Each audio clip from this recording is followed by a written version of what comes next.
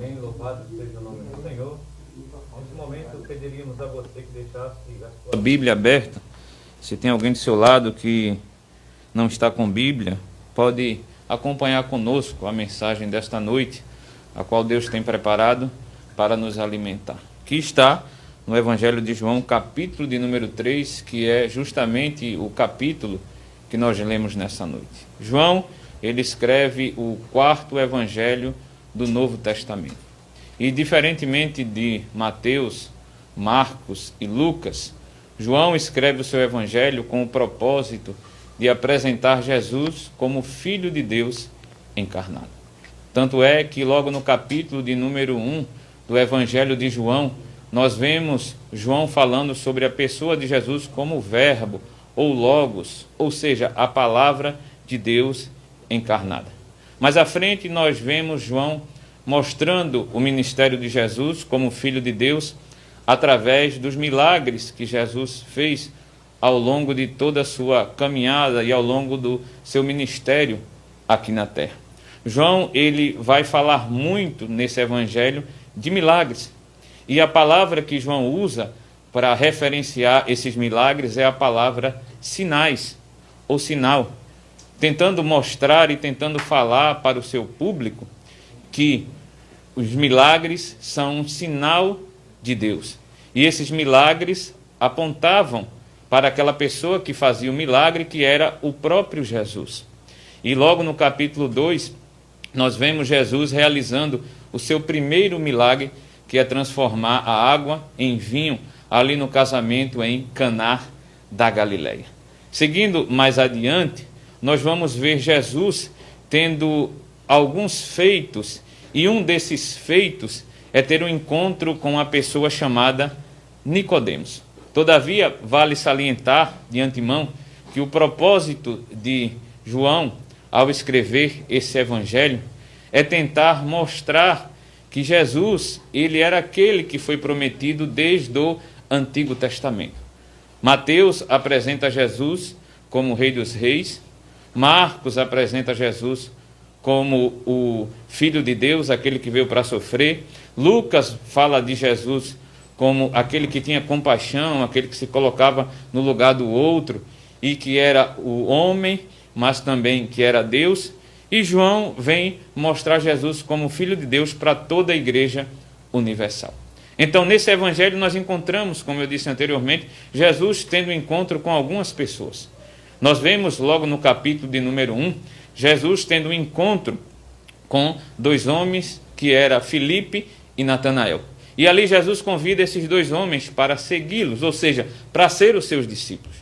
Mais à frente, já no capítulo de número 4, nós vemos Jesus tendo um encontro com a mulher samaritana, uma mulher que era totalmente desprezada pela sociedade, uma mulher que tinha um caráter duvidoso, e Jesus se apresenta para ela como a água da vida. Porém, no capítulo de número 3, falando de um dos encontros com Jesus, nós vemos Jesus se encontrando com Nicodemos, ou melhor, Nicodemos encontrando com Jesus.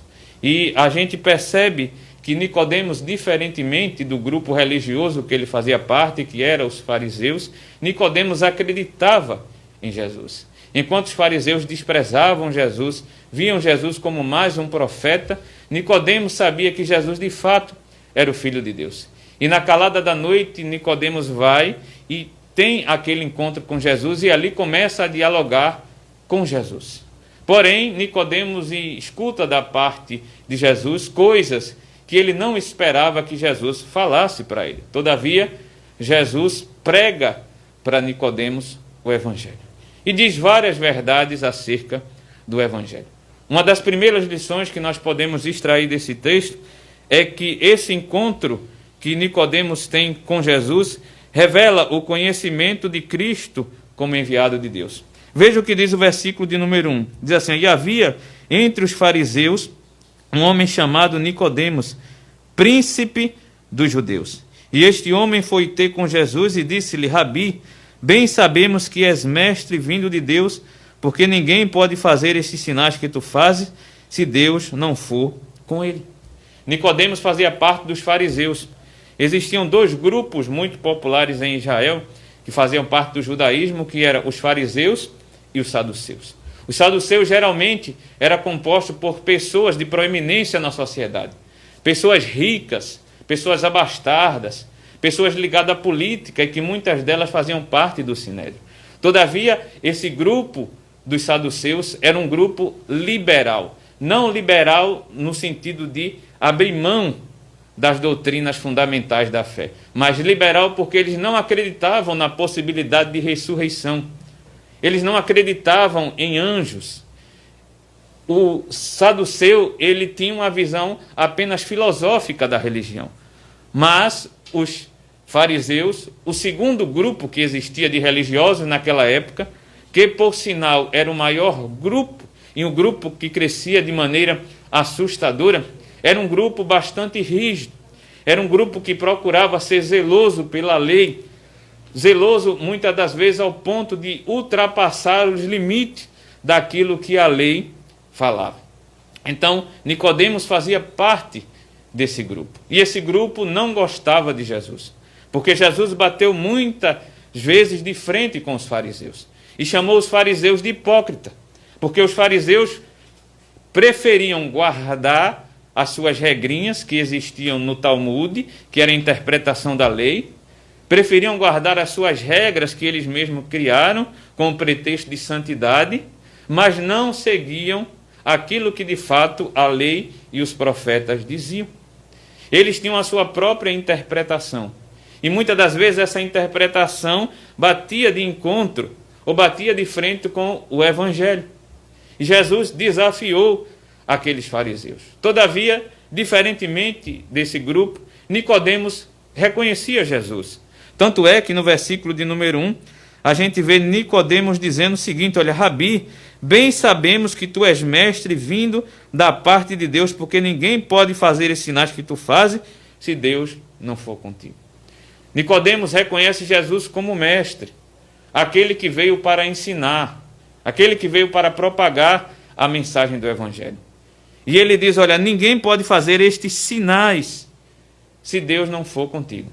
Nicodemos reconhece que de fato Jesus era o Filho de Deus pelos milagres que Jesus fazia. Não que Nicodemos corresse atrás dos milagres, mas quando ele via Jesus realizando os milagres, ele sabia que ali de fato era o Filho de Deus que estava na terra. Era o Filho de Deus que estava curando o cego, fazendo o coxo andar, paralítico andava, mudo falava, quem tinha doença, a doença ia embora, aqueles que provavelmente em uma determinada ocasião morreram, Jesus ia lá e ressuscitava. E Nicodemos diz, olha, ninguém pode fazer isso se Deus não for com ele. Porque os sinais não apontavam simplesmente para uma necessidade pessoal, mas os sinais apontavam para Jesus. E Nicodemos, enxergando isso, vê que Jesus, de fato, é o Filho de Deus. Não é mais um profeta. Jesus não era um cidadão comum. Não era alguém que apareceu na história para tentar se vangloriar, para tentar se promover à custa da religião. Jesus era, de fato, o Filho de Deus, porque ele fazia milagres através da vontade de Deus. Então, assim como Nicodemos, meus queridos irmãos, é necessário a gente reconhecer Jesus a cada dia. Quando a gente vai para as diversas religiões que existem no mundo, cada uma delas tem uma opinião diferente acerca de Jesus. Se você for conversar com um grupo que tem por aí, que eu não vou dizer o nome, mas que pode ser abreviado o nome dessa seita pagã, como os TJs, se você está aí do outro lado, sabe muito bem do que eu estou falando, eles veem Jesus apenas como mais um profeta. Eles não reconhecem Jesus como Filho de Deus. Para eles, Jesus foi mais um profeta que apareceu ao longo da história. Mas se você pedir para ele abrir a Bíblia deles, lá em João 3,16 vai estar escrito que Jesus é o Filho de Deus. Se você for para as demais religiões, como o islamismo, o rastafarismo, que é muito conhecido e popular na Jamaica, o hinduísmo, ou qualquer outra religião, eles vão sempre olhar para Jesus como mais um profeta, como um homem proeminente, como um grande líder, como alguém de uma moral alta e ilibada que veio para ensinar um senso moral. Mas Jesus não é apenas isso. Ele é profeta? É. Ele é uma pessoa que veio ensinar a sua palavra, e dentro dessa palavra, ou dentro dessa palavra estão conceitos morais? Sim. Mas Jesus é muito mais do que isso. Jesus é o Filho de Deus encarnado. Jesus é o Filho de Deus que veio à terra. Jesus, ele é o Filho de Deus que veio para nos salvar, para entregar a sua vida na cruz, para morrer e ressuscitar ao terceiro dia. E isso faz toda a diferença. É necessário termos o conhecimento de fato de quem Jesus é. É necessário ter o conhecimento de quem de fato é o Deus a qual nós servimos. Muitas editoras têm lançado livros aí há muito tempo com o título Jesus, o maior psicólogo. Jesus, o maior filósofo. Jesus, o maior líder que já existiu. Mas eles se apegam apenas a isso e se esquecem de que Jesus é o Filho de Deus. E se Jesus, de fato, e nós acreditamos que sim, ele é o Filho de Deus, isso faz toda a diferença. Porque isso implica em dizer que nós devemos obedecer a ele. Isso implica dizer que nós devemos prestar culto a ele. Isso implica dizer que, de fato, nós devemos render as nossas vidas a ele e passar a viver para ele e não para nós. Fazer a vontade dele e não a nossa. Amar mais a ele em primeiro lugar do que a nós mesmos. O reconhecimento de Jesus como Filho de Deus muda completamente a nossa cosmovisão, ou seja, a nossa visão de mundo. Nós passamos a ver o mundo através de uma ótica espiritual e não de uma ótica material. Porque Jesus, ele promoveu algo tão poderoso na nossa vida, uma transformação, que quando a gente olha para o nosso passado e vê o nosso presente, nós paramos e pensamos e dizemos: como tudo mudou na nossa vida. Eu fazia algo, hoje não faço mais. Eu pensava dessa forma, hoje não penso mais. Eu via o mundo dessa forma e hoje não vejo mais. Por quê? Porque Jesus mudou a nossa vida por completo. Ele muda tudo. Ele nos transformou pela renovação do nosso entendimento. Até o nosso entendimento, ele mudou. O nosso jeito de ver a vida, o nosso jeito de tratar as pessoas, o nosso jeito de falar com as pessoas, o nosso jeito de trabalhar, de comercializar, de nos relacionarmos, tudo ele mudou. Porque nós reconhecemos um dia, assim como Nicodemos, que Jesus, de fato, era o enviado de Deus. Então Nicodemos vai até Jesus e reconhece este homem. Como a gente disse antes, Nicodemos, ele era um homem muito proeminente, a ponto da nossa versão corrigida dizer que ele era um príncipe. Era alguém de alta patente no judaísmo da época, no farisaísmo, provavelmente um doutor, um mestre da lei, alguém que tinha muito conhecimento versado na lei e nos profetas, ou seja, na Torá, como chamam os judeus, um conhecimento dos profetas maiores, dos profetas menores, um conhecimento da lei moral, da lei civil e das leis cerimoniais, um conhecimento profundo e didático, mas faltava algo na vida de Nicodemos. Faltava ele reconhecer a Jesus. Às vezes nós conhecemos muito, às vezes nós temos um conhecimento diversificado, grande, viajamos muito, conhecimento de vários países, lemos muito, pesquisamos muito, mas às vezes o conhecimento que falta na nossa vida é o conhecimento de Deus. É reconhecer a Jesus como único e suficiente Salvador. E eu digo isso, meus irmãos, porque eu já li muitos livros de pessoas que falam de Jesus com um academicismo extremamente versado. Grandes catedráticos, grandes nomes que escrevem sobre Jesus. E escrevem de forma brilhante. Tem vários insights que você olha, se admira. Mas falta uma coisa. Falta essas pessoas reconhecerem Jesus como Filho de Deus. Eu não estou dizendo que essas pessoas não podem ser lidas, não podem ser pesquisadas. Podem sim, porque elas contribuem muito para o nosso conhecimento. Mas o que lhe falta é o verdadeiro conhecimento do Salvador. E isso faltava em Nicodemos. A ponto de Jesus ter uma conversa com Nicodemos que, sabe-se lá, se agradou muito a Nicodemos. E aqui nós aprendemos a segunda lição, que está do versículo 3 ao versículo 8. Esse encontro revela que todos aqueles que vão até Jesus devem nascer de novo. Nicodemos era mestre em Israel, tinha um conhecimento profundo, era príncipe dos fariseus, era uma pessoa que provavelmente era muito admirado pela cátedra judaica. Quando chegava em uma sinagoga, provavelmente era muito respeitado por conta dos seus títulos. Era alguém que poderia ajudar a outros no conhecimento do Antigo Testamento, ou até mesmo ensinar, sabe-se lá, porque naquela época as sinagogas sempre tinham uma escola de lado. Mas Jesus olha para Nicodemos e como se dissesse, olha, você tem todo esse conhecimento, mas falta uma coisa. Falta você nascer de novo. Versículo 3 ao 8 diz assim: E respondeu e disse, na verdade te digo que aquele que não nascer de novo não pode ver o reino de Deus. Disse Nicodemos, como pode um homem nascer sendo velho? Porventura pode se tornar a entrar no ventre da sua mãe?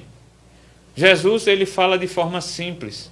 Apesar de que a linguagem que Jesus usa aqui para falar de conversão, de adoção, de transformação, Jesus usa uma linguagem simbólica, que é justamente a linguagem ou o símbolo de uma criança quando nasce. E Nicodemos não entende aquilo que Jesus está falando. E Jesus, ele dá ênfase. Jesus diz, na verdade, na verdade. Esse na verdade é o que podemos chamar de hebraísmo. É algo que faz parte da cultura judaica para dar ênfase a algo. Quando um judeu ele estava escrevendo ou ele estava falando e ele queria dar ênfase a algo, ele não dizia, olha, preste atenção que isso é muito importante, como nós ocidentais dizemos. Preste atenção nisso que eu vou dizer. Não. Ele repetia a palavra para mostrar que aquilo era muito importante. Então ele diz, olha, na verdade te digo que você precisa nascer de novo. E esse nascimento, como a gente vê no versículo 5, é da água e do Espírito. Aí ele diz, o que é nascido da carne é carne, e o que é nascido do Espírito é Espírito. Faltava para Nicodemos nascer de novo. Numa linguagem mais popular, evangélica. Faltava a Nicodemos se converter. Faltava ele ser crente de verdade. Ele era uma pessoa bastante religiosa, mas ainda ele não tinha se convertido. Às vezes acontece isso. As pessoas acham que pelo conhecimento pode vir a conversão. Pelo acúmulo de conhecimento alguém pode ser transformado. Não. Nicodemos tinha tudo isso, mas faltava ele verdadeiramente se converter. A conversão significa mudança de vida. Uma pessoa, ela pode, desde pequeno, frequentar uma igreja, crescer e, mesmo assim, ainda não ter passado pelo processo de conversão. Por quê? Porque a conversão é uma experiência individual de cada um. A conversão não é uma experiência coletiva. E eu me lembro muito bem de uma história que se conta de uma igreja, que no final do culto o pastor chama à frente as pessoas que queriam se converter. E de repente vem um menino que fazia parte do grupo de jovens da igreja. E o pastor parou atônito e disse, não, irmãozinho, aqui é só para quem vai se converter, quem está se convertendo, entregando hoje para Jesus. Não é para quem já é crente. Aí o menino disse, não, pastor, eu estou me convertendo agora. Eu já fazia parte do grupo há muitos anos, desde pequeno na igreja, mas eu estou me convertendo agora.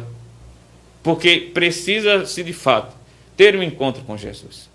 Eu já conversei com várias pessoas, crentes conhecidas, e eu perguntei para ela, pessoas nascidas e criadas na igreja, quando foi que você se converteu? Parece até uma pergunta estranha, né? Não, ele se converteu desde pequeno. Mas a pessoa chegou para mim e disse, olha, eu sou nascido e criado na igreja, mas eu só vim me converter a partir dos meus 14 anos de idade. Nunca saí da igreja, mas minha conversão só aconteceu a partir dos 14 anos de idade. Porque é necessário nascer de novo. É necessário passar por esse processo de transformação. É necessário se entregar para Jesus, crer em Jesus. E a partir daí, Jesus vai começar o processo de santificação através do seu Santo Espírito na vida daquela pessoa. Então, Nicodemos estava passando também por esta realidade. Ele precisava nascer novamente. Talvez você que está aí do outro lado me assistindo, eu não sei, mas Deus sabe, precisa passar por esse processo de conversão. Deus já falou com você de várias maneiras, mas nessa noite Ele fala com você através da sua palavra. E a palavra é, você precisa nascer de novo, se entregar para Jesus, mudar a sua vida. Talvez você ache difícil, mas o que é difícil para você não é impossível para Jesus. Talvez você ache difícil porque você tem que deixar uma história para trás de vida. É isso. Mas Jesus, ele pode começar uma nova história na sua vida. Você pode achar difícil ter que deixar de lado todos os seus hábitos. Mas Jesus é aquele que tira hábitos antigos e coloca hábitos novos. E para isso é necessário nascer de novo. Pregar sua vida para Jesus. Fazer com que a sua vida possa ser transformada é um papel exclusivo de Jesus. E para isso é necessário você se arrepender dos seus pecados, entregar a sua vida a Ele e reconhecer a Ele como Senhor e Salvador. Senhor, porque a partir de agora Ele vai começar a dirigir a sua vida e não você mesmo. E Salvador, porque Ele vai aplicar a obra da salvação na sua vida. Então Nicodemos precisava de tudo isso. Precisava nascer de novo. Precisava ser um crente de verdade e não apenas uma pessoa religiosa. Precisava nascer novamente. E ele se espanta com tudo isso. Ele fica atônito porque ele pensava, mas eu já conheço muito bem, eu já entendo muito bem o Antigo Testamento. E Jesus diz para ele, olha, tem que nascer de novo. Tem que nascer de novo da água e do Espírito.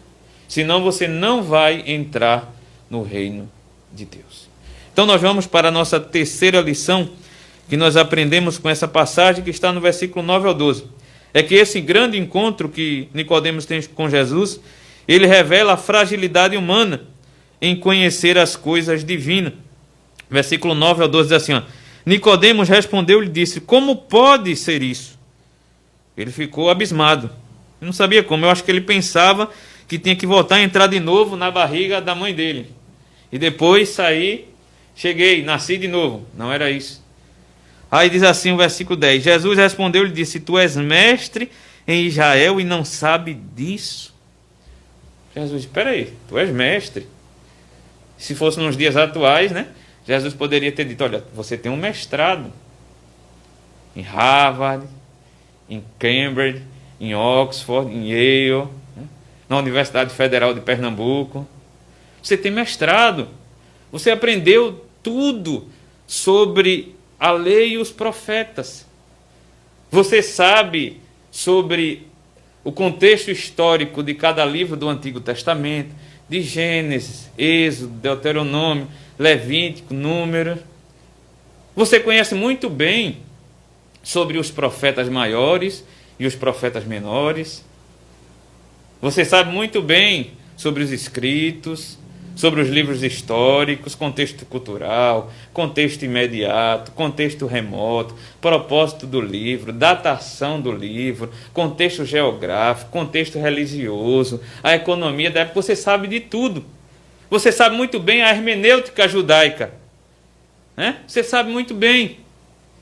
Você sabe distinguir o que é um livro poético, um livro sapiencial, o que é um salmo imprecatório, o que é um salmo de lamento, o que é um salmo de ação de graça, o que é um salmo de sabedoria. Você conhece os símbolos da Bíblia, as tipologias, tudo. E você não sabe isso que eu estou falando? Aí eu acho que Nicodemos deve ter coçado a mão na cabeça. E disse: e agora?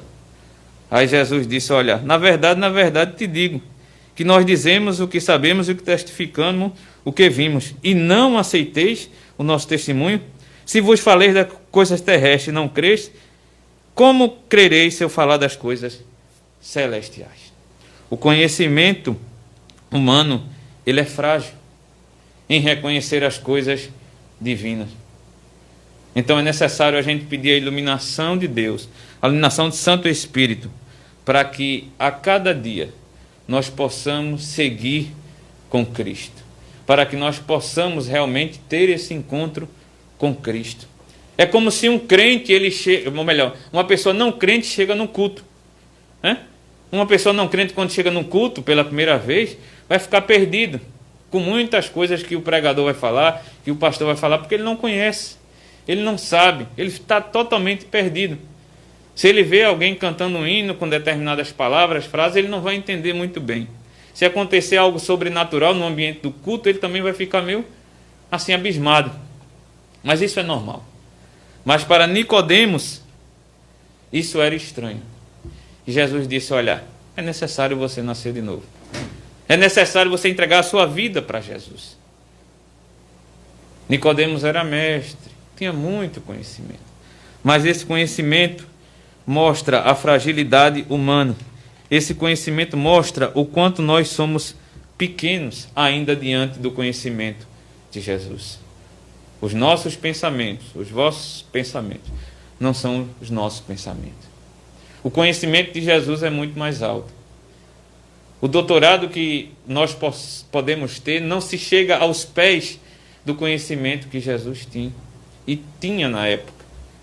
Mas nesta noite, irmão, gostaríamos de concluir dizendo para você do outro lado que se você ainda não nasceu de novo, você precisa nascer de novo. Nascer da água e do Espírito. Você precisa ter a sua vida mudada completamente, se entregar a Cristo. E entender que Jesus, ele é o único e suficiente Salvador. Só Ele pode mudar a sua vida. O governo não pode mudar a sua vida. O sistema político não pode mudar a sua vida. O sistema bancário, os 3 grandes poderes no Brasil não podem mudar a sua vida. Somente Jesus é que pode mudar a sua vida. Ele é o caminho, a verdade e a vida. Que nesta noite você, assim como Nicodemos, possa ter um grande encontro com Jesus. Um encontro que venha mudar a sua vida. Talvez você pode ser uma pessoa muito religiosa na sua religião. Uma pessoa devota, praticante da sua religião de forma assídua. Mas saiba de uma coisa. É necessário você nascer de novo. É necessário você ter sua vida transformada. E entregar-se para Jesus. Porque Jesus, ele é muito mais do que uma religião. Jesus é uma pessoa. E é essa pessoa que pode mudar a sua vida, lhe trazer a verdadeira felicidade e fazer de você mais um cidadão do céu. Então, nessa noite, nós convidamos a você a entregar a sua vida para Jesus. Vamos fazer uma oração e, se por acaso você quiser entregar a sua vida para Jesus, ore daí de onde você se encontra, entregando a sua vida para Jesus. Convidamos a todos que estão em casa para orar conosco neste momento, agradecendo a Deus pela palavra e que Ele possa aplicar a sua palavra nos nossos corações, no seu coração e no coração da sua família. Curvemos as nossas cabeças. Santo dos santos, Deus da glória, rendemos graças e louvores a Ti, Senhor. Tu és grande, perfeito e poderoso, Senhor. Te pedimos por todas as famílias que se encontram nesse momento, Senhor, em casa, cultuando a Ti juntamente conosco, que tiveram, Senhor, o prazer de poder receber a Tua palavra, Senhor. Abençoa cada família, Senhor, protege, Senhor, dá saúde, dá vigor espiritual nesse momento difícil, Senhor. Tira toda a ansiedade do coração de cada pessoa, Senhor. Tira todas as preocupações, Senhor, todas as lutas, Senhor, todos os males, todos os problemas psicológicos, que Tu possas continuar cuidando de cada um, Senhor, pois Tu és o Deus poderoso, Senhor, e assim como operasse milagres no Antigo e no Novo Testamento, Senhor, opera milagre na vida de cada um, Senhor. Te pedimos, Senhor, por todos, de forma geral, em nome de Jesus. Amém. Vamos ouvir o nosso irmão Alex louvar ao nome do Senhor.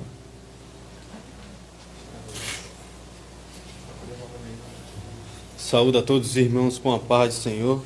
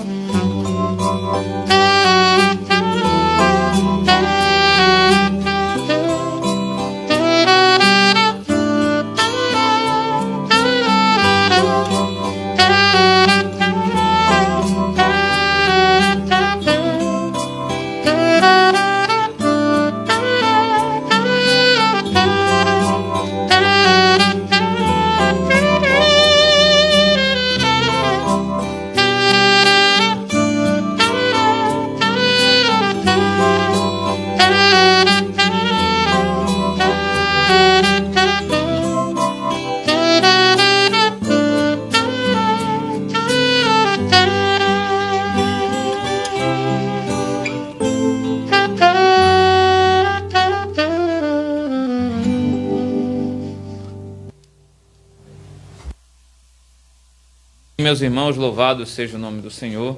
Nós vamos dar uma pausa nesse momento e gostaríamos de convidar você a não sair daí, ficar aí conosco. Será uma pausa breve e nós estaremos voltando em seguida, louvando e exaltando o nome do Senhor.